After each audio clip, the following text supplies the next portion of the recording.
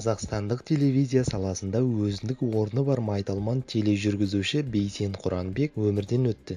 Бірқатар отандық журналист қаралы хабарды жеткізіп, барша қазақ халқына көңіл айтуда. Күллі елге айтуға оңай бағдарламасы арқылы танылған Бейсен Абайұлы Құранбек 49 жасына қараған шағында өмірден озды. Белгілі тележүргізушінің қайтыс болғаны туралы оның журналистика саласындағы әріптестері хабарлады.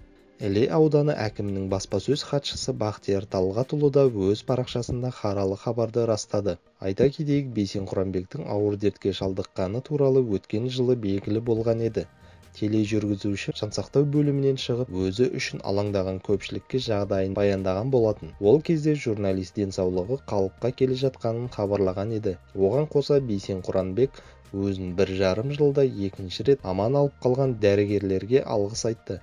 Белгілі тележүргізушіні асқазанындағы жарасы мазалаған. Бейсен Абайұлы 1971 жылдың 9 желтоқсанында Алматы облысы Кербұлақ ауданы Қызылжар ауылында дүниеге келген. Әл-Фараби атындағы Қазақ ұлттық университетін бітірген.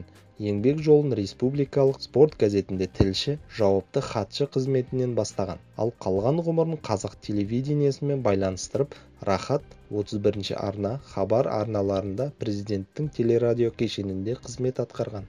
2007-2012 жылдары Алматы облыстық Жетісу телеарнасының бас директоры болды.